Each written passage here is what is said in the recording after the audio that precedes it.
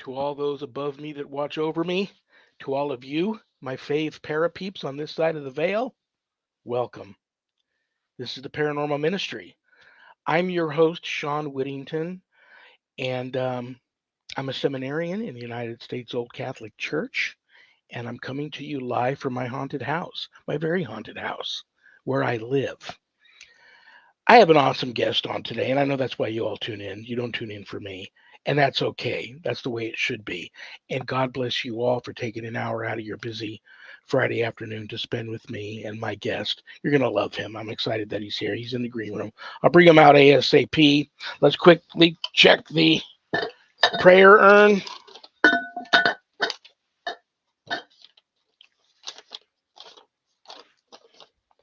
Janice L. from New York. Hi, Janice. Just moved to a new area. Will you offer up a prayer that my family and I find a good church to attend? That's a beautiful request, Janice. I most certainly will. New York. Interested to know where you left from to go to New York, or if you left. I know you're from New York. If you left New York to go somewhere else, because everybody I know in New York's leaving. Everybody I know in LA's leaving.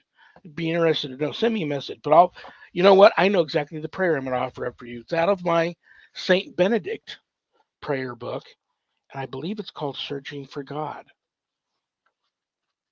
Yep, it is. And this is a beautiful prayer. I offer this prayer up to Janice and her family as she finds a wonderful church community in her new location that she's moved to. In the name of the Father, and the Son, and the Holy Spirit. Amen.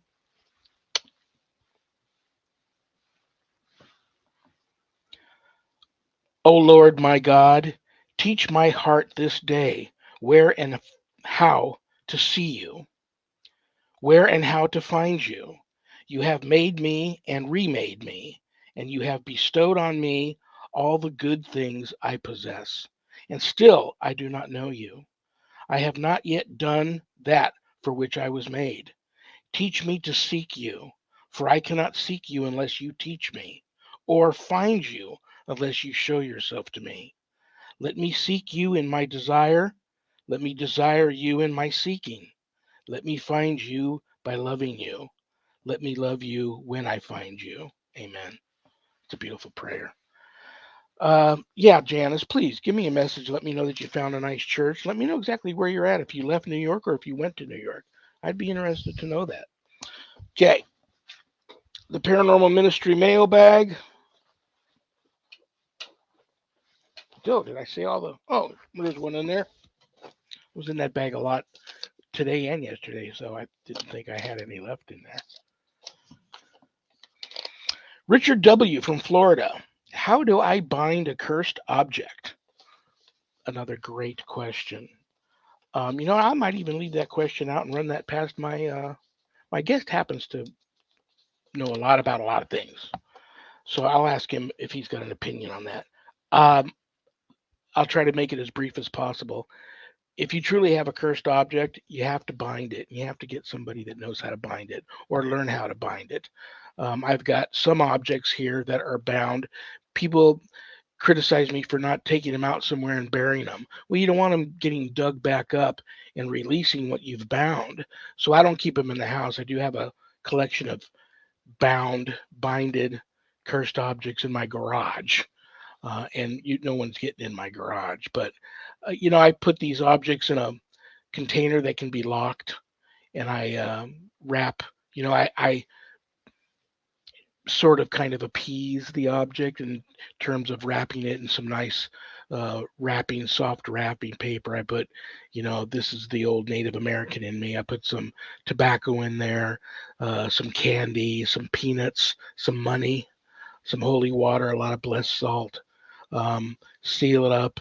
And then I say some very special binding prayers over it once the box has been sealed. And then I don't mess with it any longer. So try that, or you can look into other techniques, but I would recommend you find somebody that is very familiar with binding cursed objects. And be careful if you're out there, if you're an antique hunter, an antique collector, or you like to buy odd things at weird roadside shops, be careful. used objects, antiques, things of that nature. Some of them can come with attachments, so be very, very careful. I hope that helped you, Richard, okay? If there's anything you want to know about my wife and I and our ministry work, go to our website, www.ghost-b-gone.biz. If you go there to visit, remember, my wife and I don't charge for our ministry work, helping people with their paranormal issues. So, brothers and sisters, trust me, I know it's tough. But if you're there at the website and you notice the donate button and you're able to do so, click on it and send my ministry in a small donation. I promise you it'll be appreciated from the bottom of our hearts. And trust me, we'll put it to good use. I'm also a certified spiritual advisor. So if you're having any issues of a spiritual nature, not necessarily attached to the paranormal, and you'd like to speak with me about those issues, there's a place on the website where you can make an appointment to speak with me. But don't leave the website without navigating over to the page called the WSE course/book. On that page, you'll find the Ghost Store, a lot of cool things to purchase, and all purchases, proceeds from all purchases go to many things I donate to. But scroll down a little further past all that stuff, you'll see my new haunted autobiography. And I'm even embarrassed to hold up my one book. I have another one coming out, but my one book when my guest today has written a dozen at least, world renowned, critically acclaimed author that he is. Anyway, here's my new haunted autobiography, God, Ghosts, and the Paranormal Ministry. And I quote, scariest book I ever published. That was Annette Munich, owner of Stellium Books, my publisher.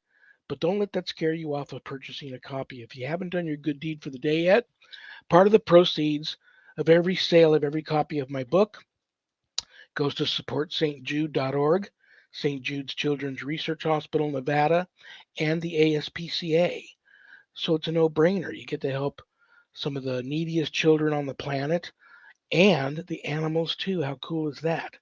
You can get the book a little less expensive at Amazon, but if you buy it off of the website, it leaves my office here, author's copies, and I autograph it for you, and it comes to you in a house blessing kit.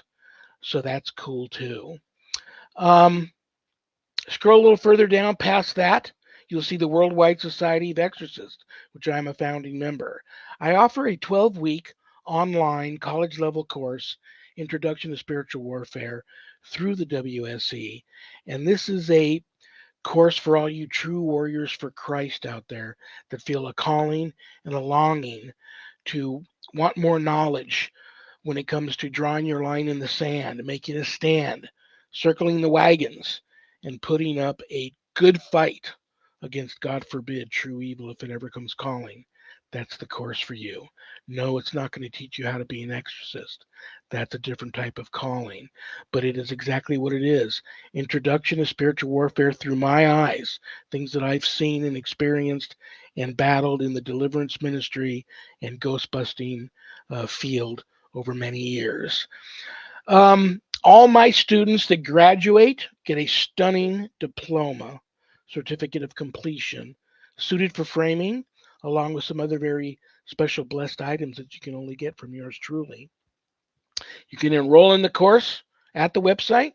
If you want more information about the course before making that type of commitment, there is a Worldwide Society of Exorcists Facebook page, and you can go there and read about the course or just reach out to me. I'm approachable, I'm easy to get a hold of. You can reach out to me and we can talk about the course and see if it's right for you. Most importantly, please keep all of my former, current, and future students in your prayers. Thank you very much. Okay, the moment of truth, the reason why you all tuned in.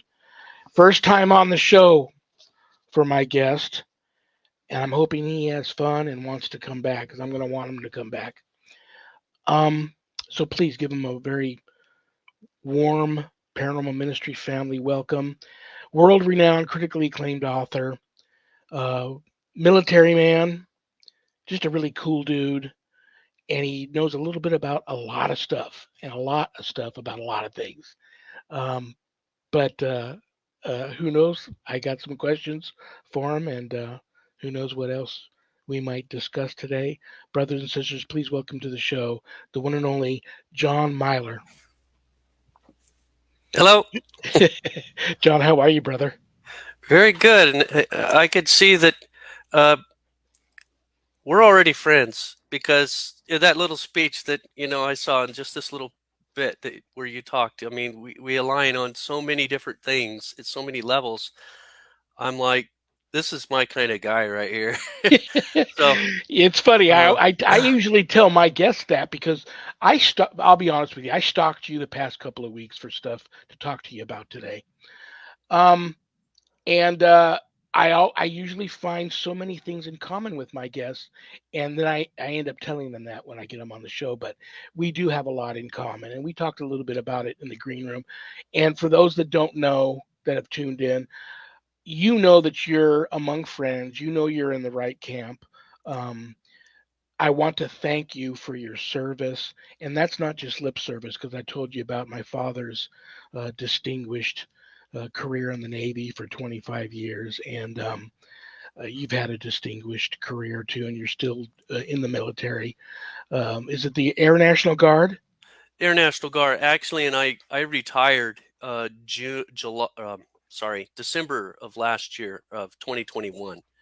So I've been out for a full year now and fully retired from the military. Good for you, brother. Good for Yeah. you.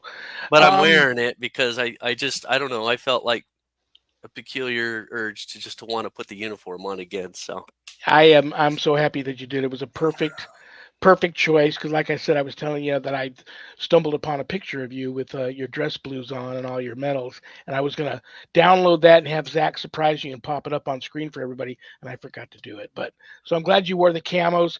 So let's address right off the bat. Let's address three elephants in the room, or maybe two elephants in the room. First elephant, let's address. Um, did you? You obviously know about and I just heard about this an hour ago before I came in here and started getting ready for the show. This object that we just shot down about 2 hours ago over Alaska. Did you hear about that? 2 hours ago?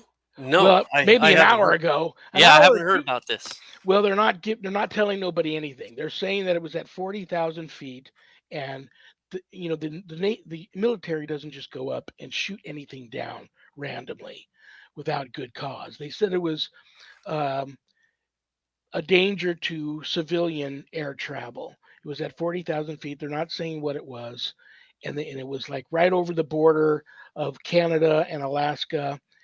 And they just shot it down about an hour ago, but they're not giving any information out about it.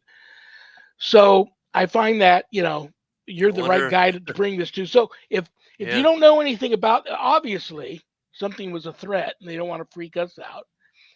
Um, Now I'll address the second big elephant in the room. What's up with the balloon, dude? Come on, you got some. yeah. You're the guy to ask about what you think about what I've just What I laid on think. you and Well, about you this know what? balloon thing that I'm not gonna. confers power. I'm not gonna be in trouble for speaking about my former commander in chief anymore. Um, I believe that Biden is compromised. The Chinese, pretty much, the Chinese Communist Party owns him. Even though we all know uh, the really bad uh, things that they're out there in the public, as far as his son, uh, the dirty money that has been exchanging hands. He's basically a bought and paid for asset. He does what they want. He follows their marching orders. He looks to the WEF and other areas to receive instructions on what to do. So Biden is essentially a puppet. He allowed that balloon over the United States. The senators speaking Five out. days. 5 days. Yeah, the senators speaking out on this, they were right on point, saying, Montana, really? You're not going to shoot it down over Montana. You have more of a chance of actually hitting a boat in the ocean than you do hitting a person in Montana. So they had ample opportunity to shoot it down in Montana without hurting anybody and being done with it. If Trump were in the office, he would have shot it down on the West Coast before it ever got to our border. But no, he wanted this thing to cross, and I think that they found out now that this is like the fourth balloon, so that there have been other balloons that we didn't even hear about. The media, they probably hear about it, but they don't say anything. They're complicit. So our country is right on the verge of just going full communist. I mean, it's pretty bad, the situation, and this Yeah. balloon is just one example. It'll be interesting to see what unfolds over the next few days about whatever this other object was that they shut down. Apparently, for 24 hours, it was where it was at before they decided even to shoot it down. They're not even, they're saying they don't even know if it was Russian or Chinese, but I'm the kind of guy that when something, and this is from years and years and years of ghost busting, if something's happening over here, I usually know it's a distraction because there's something really happening over there. So that's the impression I first got about this balloon thing, that it was, well, I'm on board in the camp of they're testing us thing, but I like your take on it where Biden already knows what's going on. He's already bought and paid for. But um, let's talk about disclosure. I've always thought whenever the military talks about disclosure, and everybody wants to know why are these guys talking military stuff, because it all ties into where I'm going to lead us down this rabbit hole here. But my father told me many things over the years. Being in naval intelligence the last few years of his naval career, he told me a lot of things he probably shouldn't have told me. But I was his son; he could trust me, and I'm sure there's a lot of things that you could tell us that you can't. Um, but whenever I hear the Navy is going to do some disclosure and stuff, a lot of people ask me this question, and I don't even know why they ask me this question. Why? But people will always say, "What do you think the biggest?" I'm not a big political guy, but they'll say, "What do you think the biggest threat is, Russia or China?" And I always go, "It's the devil and the extraterrestrials." Um, The and they ones that always give, are yeah, the they always puppet give me the, masters yeah, they behind always them. give me the weird look. But you've got these. Listen, the short time I was in the Navy, I was on a guided missile cruiser, and we would go out to sea for months. And I was a radio man. I'm in the communications, and the things that we late at night out there in the middle of nowhere in the ocean, a lot of submerged stuff coming from out of the water, stuff coming down and going into the water, and then you would be briefed and told to shut the you know what up and don't talk about it. And people didn't dig it if you tried to press or talk about it or share your experiences. You couldn't do it. I would have Uh, gotten in trouble. yeah. So, Yeah. um, I mean, is disclosure a joke, or do they tell us just enough? I mean, what's up with the disclosure stuff? We're that close. We're that close. We're right around the corner. It could even happen during this administration. Um, that's what it's looking like. I can't say, but it just feels like we're so close. Um, First of all, let me start by saying it's going to happen. It's eventually going to happen. Jesus said, "As the days of Noah were, so shall the coming of the Son of Man be." The days of Noah. What one thing isolates the days of Noah apart from any other time in history? Open contact with otherworldly beings. I mean, Genesis 6, the sons of God came down. They were interfacing face to face with Enoch. It talks all about it in the book of Enoch in great detail, but Genesis 6 is kind of like the highlighted overview. What was the end result? Catastrophe. These things were monkeying around with our DNA. They were doing stuff with animals, making all these chimeras, hybrids. And the Nephilim in the Bible, the giants, everybody knows the giants. Most people know about the flood of Noah. Well, why did we have the flood of Noah? It was to wipe out these giants that were polluting the entire earth. Noah was pure in his generations. The word there in Hebrew actually refers to his genetics. So, yeah, he was a good guy. He was a righteous man, but he was also pure strain human. He was not untarnished by these things. Whereas these things had spread so far and large, so far and wide all over the earth, they were going to destroy the planet. If God didn't bring the flood, the planet would have been wiped out by them. So he brought the flood to save the world and select animals and Noah's family. He pulled them into the ark. So this was a rescue operation Yeah. from a completely compromised planet of these fallen beings that had infiltrated and almost wiped us out. So Jesus said in the end times, it's going to be a return to that. So, and then he also, adds, if you didn't catch it, there'll be signs and wonders in the heavens. So there's additional verbiage that, he's like, what about the times of Noah? Yeah. And then he mentions people will be marrying, you know. Well, Genesis 6 talks about how these things intermarried with humans and they created these half breeds. So we're seeing a return to that. We're going to see that. But we're not like in open contact right now. It's like everywhere, like in almost TV all over the place, all these Marvel characters and stuff, half of them are like from other worlds, So we're already pretty much programmed for it. We've been looking at Star Trek all this time. So we kind of subconsciously, at least as a civilization across the globe, we're used to the idea of there being life in outer space. But there's this issue of where Christianity in its core has a problem with some of these things. And my great grandmother, she never saw the conflict. When she saw a UFO when she was a kid, she just thought, okay, they're real. No problem. Wife of a minister for 60 years. Very, very godly woman. Even had 2 personal encounters with Jesus where she saw him in person, a visitation. So, of all the people you would expect to hear, some outlandish testimony about seeing a UFO, she'd kind of like be the last. And yet she talked about seeing this thing across the plains of Kentucky when she was a little kid, and that's one of the things that fueled me. I was 5 years old when I heard her tell the story to the whole family. And I'm like, okay, they're real. Grandma doesn't lie, it's not like it was a government hoax in 1905, it's real. So here we have this other reality out there, but these days you watch shows like Ancient Aliens and stuff. Almost every show they talk about how religions are a mistake. We're just mistaking God for this alien being. We're created by aliens. We were seeded here, and it falls right into evolution and science, and it's the science, and they're just scientists and they're checking us out and stuff. Take all the spiritual stuff and just toss it out. You can't be a Christian and believe that ETs are real or whatever. And I had a problem with that early on. So when I became a believer, following this crazy vision I had when I was 21, Oh my gosh, I forgot about that. Would you, uh, bro, you can talk about anything you want to talk about.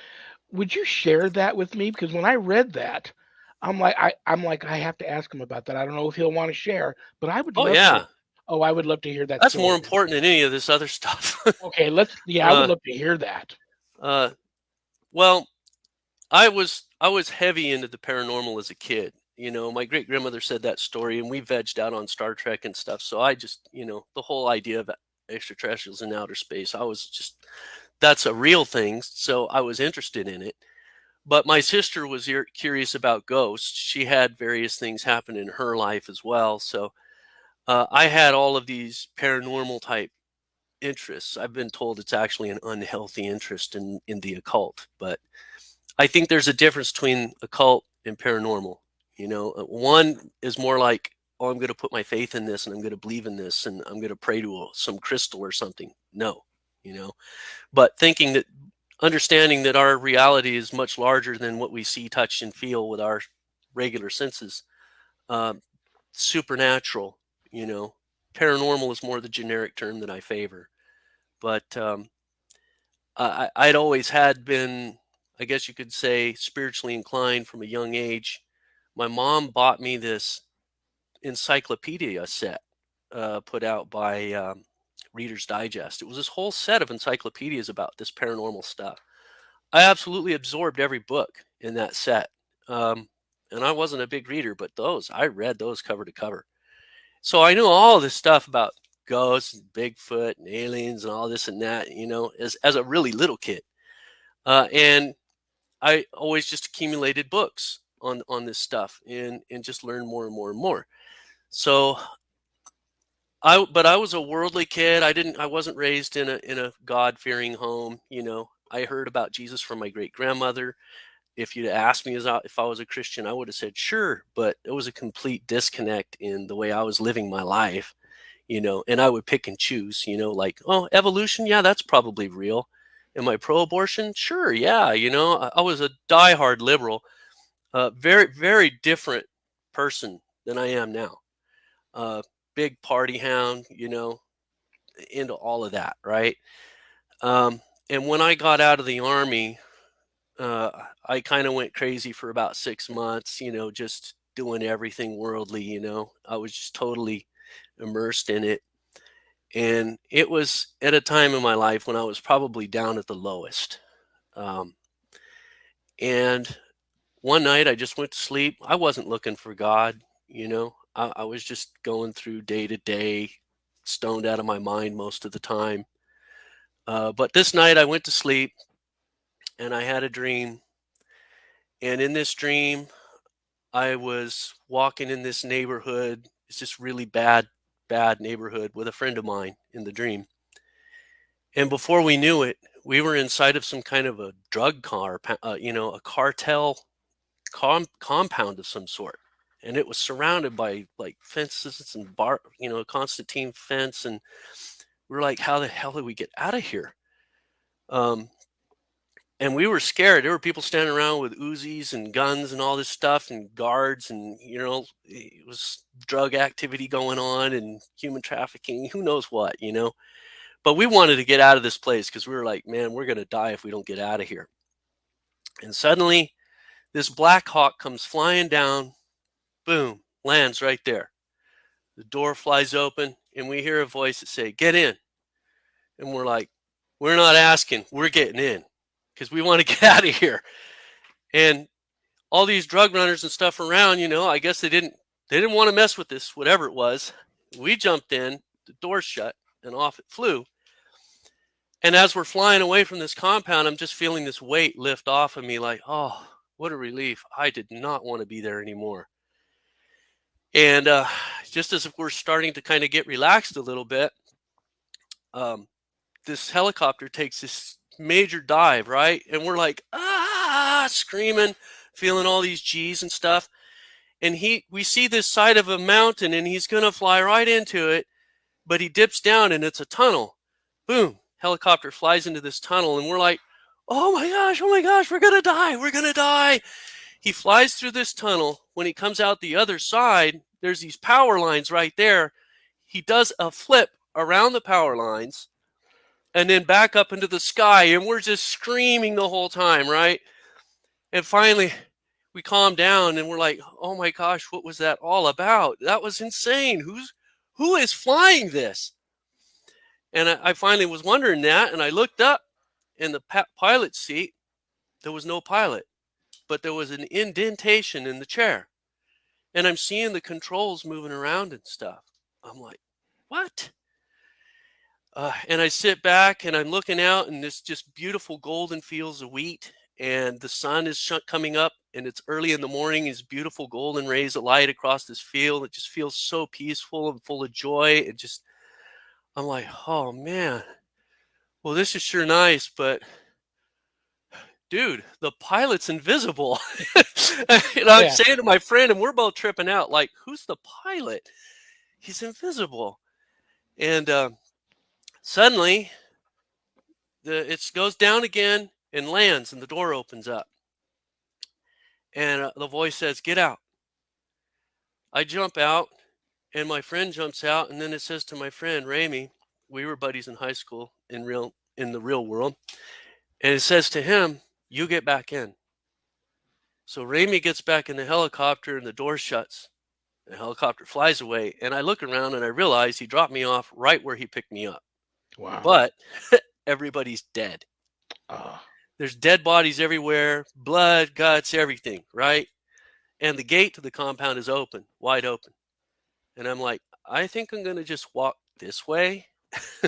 And I walk out the gate, I leave the compound, and I'm walking down the road, and I'm like feeling this weight leave me behind. And then I wake up, and I sit up in bed, and I'm sitting there fully awake, fully alert, not drunk, not stoned, nothing. and I'm recalling this dream. It was just so profound. I'm like, wow, something happened. And when I finally remembered the part about the pilot in the chair, and I was tripping, I was like, oh yeah, that dude was invisible. Who was that pilot? And I actually said that, while I'm remembering the dream. And the name Jesus spoke in my ear audibly, like maybe 2 inches right from my ear. Jesus. And the voice and the name resounded with such intensity and power. It was probably similar to when Jesus said, I am, and all the army fell down when they came to get Jesus, at Gethsemane. It was so intense. All these chills just shot down my body, just energy filling me up, and his love just blasted me. And I fell out of the bed, and I felt him standing there in my bedroom. And I couldn't believe. I was like, what did I do? How you're here in my room. And I was just bawling like a little kid, and just I was taken down to the core, of, Yeah. like, what are we here? Why are we here on this planet? What is life about? And remembering the things that my great grandmother taught me as a little kid, but always just kind of brushed a shot aside, but here he was in my room, and he didn't tell me to do anything. He didn't tell me, you got to quit all these, partying crazy stuff. You got to quit the pornography and all the things that you're into. He didn't tell me to quit or anything. He just, I love you. It's me. I'm Jesus. I love you. And I just suddenly felt so overwhelmed by that I couldn't help but respond. Like, for the first time in my life, it was, what do you want me to do for you? Exactly. Yeah. Because I'd always prayed to God, God, can you do this? God, can you do that? Why don't you do this? Why don't you do that? The times that I did pray. But now I'm like, what do you want me to do for you? I mean, you died for me. And here I've been living my whole life. What, please fix this. Please help that if you exist, Um, now it's totally different. Like, and suddenly I felt like an answer just was more in the sense of a feeling, like, all that weight that you were feeling in that compound. It's all the stuff you have sitting over in your closet. It's all the things you have pinned up on your walls. It's that stack of pornography you have sitting over there. It's the stuff that you have in the refrigerator. That's the weight that you felt lifted off of you. I pulled it away from you just for a brief moment, just so you could see what it's like, Wow. because you didn't know. Because a lot of I don't tell a lot of people this, but I actually smoked pot with my mom when I was starting at 6 years old. We actually smoked pot as a family, which and when I went to join the army, I was convicted about that because I was a big pothead. But I was like, what's a 6-year-old kid gonna do? How's a 6-year-old kid gonna have enough tenacity to tell his mom and his brother and his sister, you know what? I'm not gonna smoke weed. Y'all can do it, but Yeah. I'm good. And my mom and her hippie mentality, thinking I can't be a hypocrite, I could just smoke weed with my kids. My sister, who was 12 at the time, um, you know, asked her when she was smoking a joint one day, "What's that?" And then they got into this discussion, and she's like, "Well, can I have a puff? Can I try it?" And my sister was a little more, aware of what that was, being in uh, 12 years old. And then my brother was right there, and he's like, "Well, you know, what gives?" So it went to him, and then I'm the last one, and I'm like, "So I'm going to be isolated? Come on." And so we were like, my mom just saw us as like this Indian, peace ceremony kind of thing as a family, and we would smoke pot together. And that's how I was raised. So I was never going to quit. I did by sheer will quit for 3 years when I was in the army. So I'm like, I got to quit. And I did. Because they tested you, correct? Oh, yeah. They would Oh, yeah. period. Yeah. So in the army, I'm like, I can quit weed. And here's a weird little thing about my mom. She said, pot isn't really going to do anything to you, but there's other drugs that will. So don't ever do cocaine. Don't ever do heroin. Don't ever do, and she listed these really hard drugs, and we're like, okay. And I actually followed that. So I was one of the weird kids that probably would have never touched drugs had that incident didn't happen when I was a kid. But um, so for the army, I was able to quit because I wasn't like addicted, to some, heroin or whatever. I was able to just drop it. But then I started right back up right after the army, and um, 6 months stone straight the whole time through, and then suddenly I had this dream and I quit and I haven't touched it since, and it's been over 30 years. How do you explain that? So a lot of people can say, "Oh, well, you just had this crazy dream," but my change was like Ebenezer Scrooge, Those on people that Christmas say that Eve. they're not ready for the truth. That's why they say Yeah, that. it's So that's I something else you and changed. I have in common because I quit when I met my wife 20 years ago. I was a raging alcoholic and drug addict. And one day I got on my knees and just basically gave a speech to God that I was ready, but I needed his help to stop. And it was like I totally forgot that that incident happened. And the next day I just woke up and went through that day and the next day and the next day and the next day.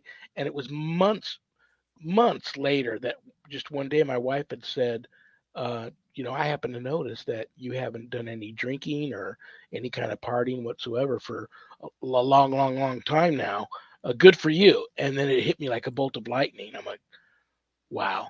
And ever Yeah, since I got into that's another thing you and I have in common is, what can I do for you? It's like now that I'm in the seminary, I used to, I'm the recipient of some extreme divine intervention in my life, but and I've come under attack many times. But since entering the seminary, the attacks are constant now, and it's a lot of psychological, like I'm not worthy.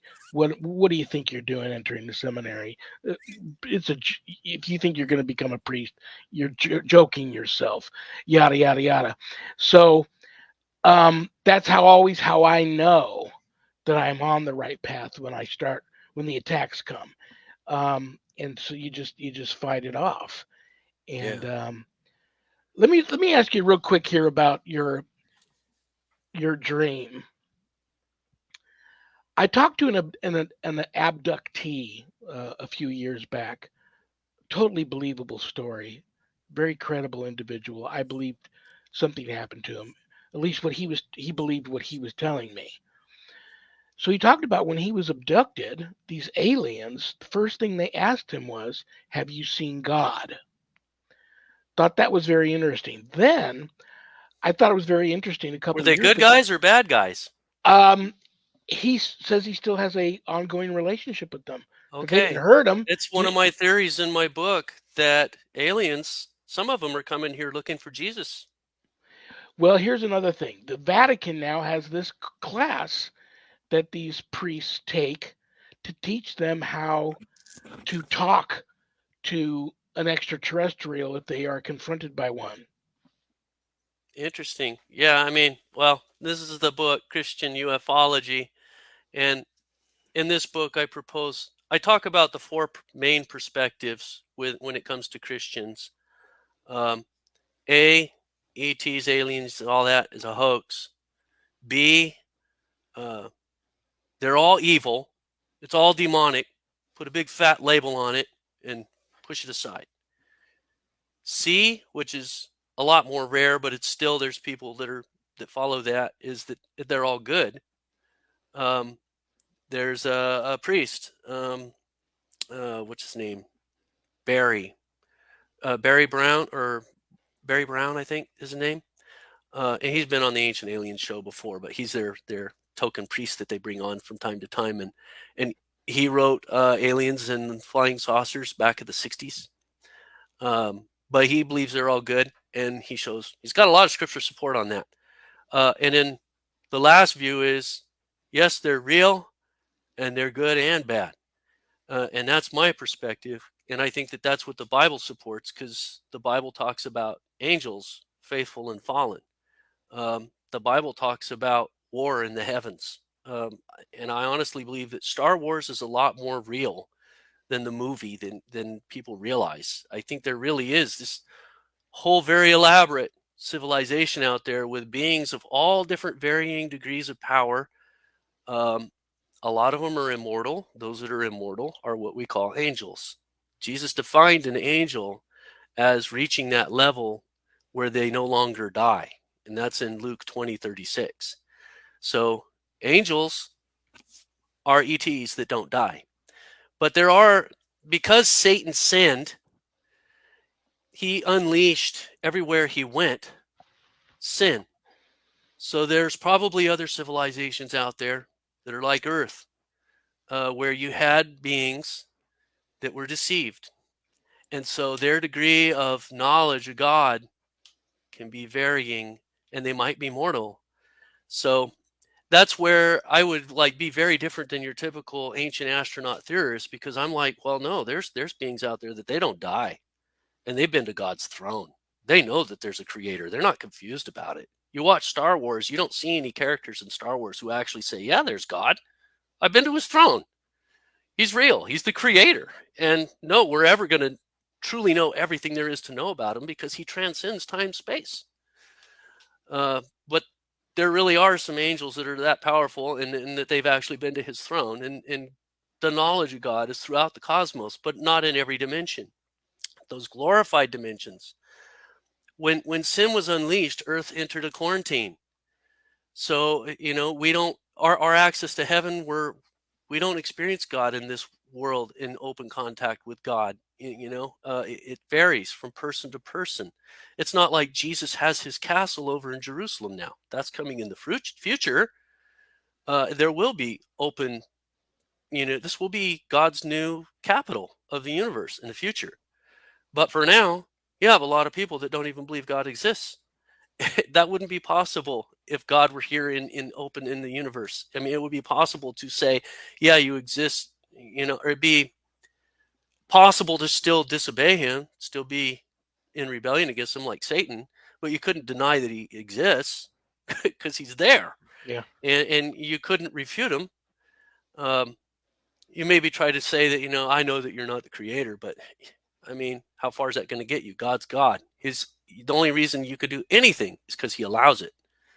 So it's it's a big world that's out there, and it's this other side of reality that um, once I became a believer, uh, after that dream, I asked that question. I was like, "What do you want me to do?" And one of the first things that popped into my head was, "Why don't you try reading the Word?" And I'm like, I have Bibles all over the place. Probably got 3 or 4 of them, and they got dust all over them. And I usually used to read them just looking for paranormal stuff, just because that's what's it say about the Antichrist, But now I'm like, let's start in Genesis and just go cover to cover. Well, I didn't get very far.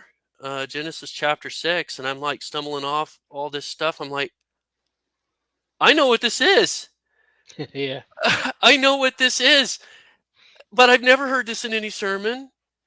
I talked to a Christian about aliens, UFOs, or whatever stuff, and they don't want to hear it. But Was it I your couldn't great help. grandfather or grandfather that was the preacher? My great grandfather was a preacher, and my great grandmother was the one who, her and her sister saw this thing. And you never got a chance to watch your great grandfather preach? No, I How wish I could about have. visitation? Like both my parents are in heaven, may they rest in peace. Hmm. I get a lot of ancestral and family spirit visitation. I do too, Sometimes, yeah, and sometimes I've been called out on it because it's not a normal Christian thing. I think Catholics are probably a little more open to that, but Christians tend to see that as oh, it's probably a demon, pretending to be, whatever. It's like, yo, you know what? I talk to them like anybody might talk to their deceased relative at a cemetery or whatever, but I don't feel like I have to go to a cemetery, and I don't have a problem with just talking to them sometimes. But sometimes I'll feel like I'm hearing a dialogue, you know, and I'm not going to get all creepy and, like, is that divination or whatever? Sorry, but I'm not doing all this occulty stuff to make it happen, but I do have absolutely. dreams all the time, with I'm with going to my ask your opinion on something else here. Um, like just the other day, I was walking down the street. Uh, I was running some type of errand, and it was attached to what I do. So I had the collar on, and I see this uh, young girl walking down the street towards me, and she's looking at me and looking. I can tell her she's looking at my shirt, and then she's looking down, and we're walking past each other. Just a young girl, like probably still in high school, maybe even younger than that. And as we pass, and she doesn't know me, and as we pass each other, she gets to my side, I can see that she kind of almost lunges at me, and I kind of braced for the impact, but she yells at the top of her lungs right in my ear, Jesus wasn't real, and then just continues to walk like Manifesting, yeah. nothing had happened. I turn around, I She blast her might not even forward. remember. If you asked her, are you aware of what you just did? She might not even know. So do you have a theory? And it's easy for people to throw out, and I get this question a lot too. Shawn, do you think it's end of times? So I get that question a lot, but why do your personal opinion, things you've experienced, and your knowledge of the good word, um, what is if you have an opinion on why exorcisms are through the roof now, and why the world's, I don't, in my 63 years of being on the face of this earth, I can never remember a time when it seemed as dark as it is now, and as violent, and as, so many people feeling so hopeless, and suicides, and war. And I mean, there's been wars before, but there's just a Apostasy. different feeling now. What's your feeling? What's your gut tell you? Well, my gut tells me that A, the power of the enemy, God's allowing it to increase. God's allowing the enemy free reign to do a lot of stuff. It does say, I believe it's in Second Thessalonians, it's talking about the end times, that um, there'll be a great apostasy. A lot of people turning away. And that's the whole point of the strong delusion that's coming. Is God is here and He makes Himself available to anybody. Um, but when people, lots and lots of people, are just turning away, and even at the inner man, we have a level of awareness about God that we're not consciously aware of, even non-believers. I mean, honestly, if that's not the truth, what makes a person come to Jesus anyway? At some point deep within our operating system, God communicates with us, with everyone, even non-believers. And when they become conscious of it, that's when they reach that point in their faith where they get a majority vote and they start living a spirit-led life, which can sometimes defy the flesh, right? So that's, I look at it as kind of a percentage thing. How much of by the spirit do you live according to how much by the flesh? And everybody can hear God at some basic level, even the most die-hard atheist. But they if they're really, they have a lot of corruption and stuff, and they don't want to let go of it. Um, they push back and push back and push back. God's knocking at the door, and they're like, "Go away, go away, go away," for a long, long, long, long time. And God isn't going to force Himself into somebody's life. And when you have a lot of people doing that for a long time, I mean, it starts affecting the atmosphere. It can affect maybe the heavenlies, where God maybe appoints different leadership over a regional area. And that's why you have some places that are just really bad. And it's even mirrored. This world is kind of like mirrored in a higher level, in a higher realm, with beings and authority in those realms. And talks about that in Daniel, the prince of the power, or the when when Gabriel gave his message to Daniel, he had to go through the prince of Persia, and Persia wasn't in power yet when he did that. So that meant there was shuffling going on upstairs, um, before that filtered down to this world, and then it filtered down to this world. So the atmosphere and faith, if you could see it as a color coded chart or something, when it gets kind of really bad and the enemy's taken over in lots of areas where people are just rejecting God, those become strongholds of the enemy, and the enemy gathers more power in those places, and he's able to do things like possess people, send his minions in there, and they have more latitude to do things. But all it takes is one really spirit-filled believer to go into a place like that and and start wreaking havoc. If they're built up in the spirit. So that's why you hear these stories from missionaries that go to these countries, where, stuff just they're so far away from God, a lot of people never even heard the gospel or whatever. Yeah. And they encounter just the most craziest stories about people being possessed and displays of supernatural manifestations from the enemy that are off the chart. But here in the United States, it's like Satan's had a different tactic for a very long time. Here, we're in the Western civilized world because, of our science and everything. So here, God has a more vested interest to, his tactic is to be quiet and pretend to not exist. He's infiltrated all of these educational institutions and stuff they teach in schools nowadays. It's just bad. A lot of it is just bad. Our educational system is pretty Yeah. compromised. Yeah, it is. And that's an enemy stronghold, and that's Go because, after the weakest you know, targets, the children.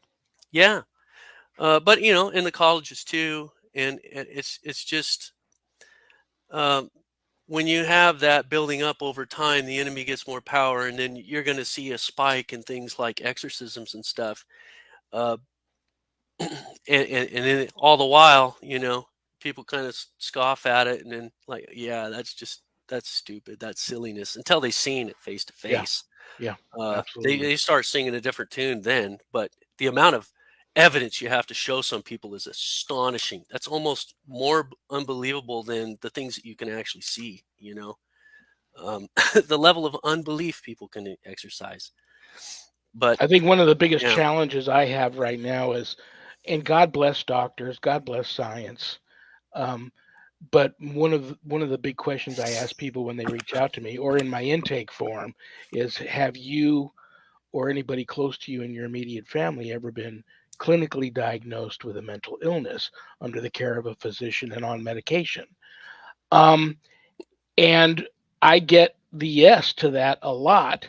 And many of these people that have been clinically diagnosed with a mental illness and are under the care of a physician and on medication, I still do truly believe they have a demonic attachment. But I legally cannot proceed once I once I get the yes to that answer, and it's heartbreaking to have to cut and some of that's a those people stronghold loose. right there. And in some cases, third world countries have an edge over us because it, that's something that I've believed for a very long time, that mental illnesses and degrees of possession, because I would say that there's probably degrees to which an entity can attach itself and then try to manipulate a person and then maybe gain access to a little piece. I mean, our spirit, I think, is composed of regions, and the enemy can gain access to specific elements of our consciousness and our bodies and actually exercise some greater degree of control, almost like it's your body's almost like its own universe or its own planet, and it has regions in it, and you have all these different, strengths and weaknesses throughout your body, and the enemy finds your weaknesses and he tries to get a stronghold in there, and he finds out what your weaknesses are, and he tries to get in there. And when he does get enough power, enough area compromise, it could just totally outright possess a person and take over, and a person can lose consciousness at that point, and the thing comes in. But a lot of that stuff, what happens to a person who's had that happen, and you got another entity interfacing with the brain of that person, using their brain and their thoughts, rummaging around in their memories, messing with their head, uh, so that your brain is interfacing with two entities. Well, your brain's not designed. It's that's not the original purpose of the human brain, and it's a real mystery to our science. We don't even have really the spirit defined. We just can think that we're chemical, electrical beings. But honestly, the body is a fascinating thing, and it's transdimensional because it is the physical interface for a spiritual entity, for a being, for your spirit. And the fact that your spirit can separate from it, and then Yeah. reunite from it, you reunite to it, it's a multi-layered existence that we have in our bodies. So what's going to happen to a brain when another disincarnate spirit interfaces with it? Uh, it's going to damage it, and in some cases segment, cause it maybe to segment off consciousness. So you're talking about these deep, deep things, like Carl Sagan talking about consciousness and stuff. What is it? And thought experiments and science and stuff, how consciousness affects reality and stuff. It's really trippy stuff. But honestly, if you have a spirit that's interfacing, even after that demon or whatever, even a disincarnate person gets cast out, then your brain still, it got messed with, Yeah. possibly altered, and that could end up resulting in different types of mental illnesses. And I know there's this huge stigma about saying somebody's possessed, that like, oh, somebody might be possessed, you should go to the church. Well, do you want to say that to somebody as a just in case thing, like take an asprin? Yeah. No, Yeah. even though Jesus treated it like an illness, like anything else. Every time you see Jesus doing healings, it usually couples that with casting out spirits. It's like Yeah. a standard medicine thing back in his time. Oh, okay, yeah, you might have a spirit. And they usually linked spiritual possession type things with mental illness type things, like a kid that would throw himself in the fire, right? Like these days, a kid does that, it'd be like, oh, send him to the psychiatrist. He's got serious problems. He's trying to hurt himself. He needs to be institutionalized and treated psychologically. Give him a drug. And that'll, you know, keep the things from doing it. And drugs do affect your brain, and it is this weird other way of treating it. But the actual problem itself could be cured. No kidding, cured with Jesus. Might take some serious prayer and fasting in some cases if it's really powerful, but I think that we're really missing the boat in this country, in the Yeah. Western civilization, by not addressing a lot of things with exorcism. Because I think that, concerning mental illnesses in general, which is epidemic in our country right now, um, I think a lot of the times that it is a spiritual reason.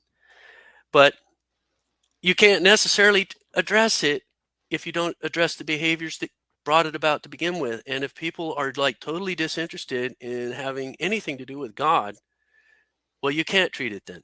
You can't treat it with a spiritual treating, with like an exorcism or something. In fact, you might even make it worse Yeah. if Absolutely. you, because a demon ain't going to want to mess around with somebody who's really spirit filled and stuff, and it might leave. But then, like Jesus said, it's going to get 7 of his buddies and come back, and it's going to be worse. That person So, has to be keep their camp clean. Yeah. so yeah, you have to know. It takes some knowledge about that, realizing what Jesus said, and that there's risks involved with exorcism, but at the same time, sometimes you don't have a whole lot to lose. So, Did you have fun today? oh, I did, and I tell you, I kind of got a chuckle out of seeing that you're, paranormal ministry, and here I've got a book called The Yeah. Paranormal Christian. So I know it's, Zach must have threw your website up on there. I want everybody to make sure they go to your website and check out. Like I said, I was embarrassed to even throw my one book up because you've written at least, I think oh I no, counted a dozen or more and What do on you there. think? I've been doing this for an hour or two? What? Well, I'm so into looking at John and listening to his incredible story that my eyes just don't go down anywhere. But uh, Like you don't pay me enough to do my job or what? I mean, come on. I hope you two hook up and do the and you appear on his find a good hour in the 22 hours he's going to be doing his broadcast on veteran suicide on the 22nd because you have a lot to say and you've personally experienced that stuff. I don't want the show to end and us get cut off here. I'm going to reach out to you. Don't feel obligated. If you truly had fun and you'd like to come back, I'll throw you some open dates. I'm oh usually yeah, booked out 3 or 4 months in advance. I'll throw you some summer dates. If you want to come back on, I'd love to have you back on because I didn't even look. I didn't even look at the list of questions I had for you today, and I knew that was gonna. When I was preparing for the show with you, I knew that was what's gonna happen. That we would just start talking, and the questions went out the window. So I'll have a lot to talk to you about when you come back. I can just feel the paranormal ministry love for you, and that you're going to be this this episode is going to be a big hit. So I will reach out to you. I hope you and Zach hook up. But let me take a moment real quick here before we get cut off. That I love you, brother. I respect you. I admire you. Thank you for spending an hour out of your busy Friday afternoon to hang out with us. Have a wonderful remainder of your Friday night. Give your wife and your kids a big hug for me. And I'll be in touch, brother. All right. Thank you very much. You got it, brother. Good night. All God right. bless you. I'll talk to you Good soon. night. All right. Bye bye. Blessing. All right. Bye bye. Yes, real quick before I forget. I know I'm running out of time here. The 22nd of this month, Zach, my co producer, is going to have a 22-hour live broadcast, and it's all dealing with vet suicide, and maybe he'll be able to get John on there. That's the 22nd. I'll be back here. Oh, the 13th, this Monday, the 13th. You guys have been asking for this. Now the day has come. The premiere of the Joy to the World monthly lecture series here on the Paranormal Ministry by the one and only Dr. Joy Pugh. She starts that series here this coming Monday, the 13th. You All mean right. we get the day off? Yes. And I wish I paid Zach. He's God bless him. He's nice enough to do what he does for me for free because I don't have any money. Anyway, guys, pay it communitypayitforward.us. Communitypayitforward.us. Go there, find somebody that needs some help. If you can help them, help them. My church, if you're interested, not my church, but the church I belong to, usocc.org. usocc.org. If you're interested in Bible study, which is every Wednesday and Sunday afternoon at 5 p.m. Pacific, or if you're interested in night prayer, which is Monday through Friday at 7 p.m. Pacific, go to bishopjameslong.com. Scroll down to the bottom of his homepage. The link to both of those are there. Thank you to Zach and Adrian Clayton, my co-producers. Thank you to Things Network. Thank you to Temple of Phoenix Rising Entertainment. Thank you to Skeleton Key Network. Thank you to PACT, little P, capital ACT, Podcasting for All Coming Together channel, and all day Saturday re-airs of my episodes are on beinspiredradio.net. Beinspiredradio.net. So it's bad joke time. I'm going to pull a bad joke that one of you sent in out of a haunted carnival barker hat. And it's my poor attempt to put a smile on everybody's face before I say good night and have a great weekend. It's just funny that I would pull this joke. How did Ebenezer Scrooge win the football game? The ghost of Christmas past. Everybody enjoy these. Everybody enjoy the Super Bowl on Sunday. I'll be in Bible study at 5 p.m. Pacific. I get to watch the first half and then I'll be in Bible study. So I love you all. God bless you all. Um, thank you for tuning in. Good night, Danny. Good night, Jack. Good night, Dog. Good night, Harold. Rest in peace. Good night, Ernie. Good night, Bill. Good night, Dan. God bless you all. Peace.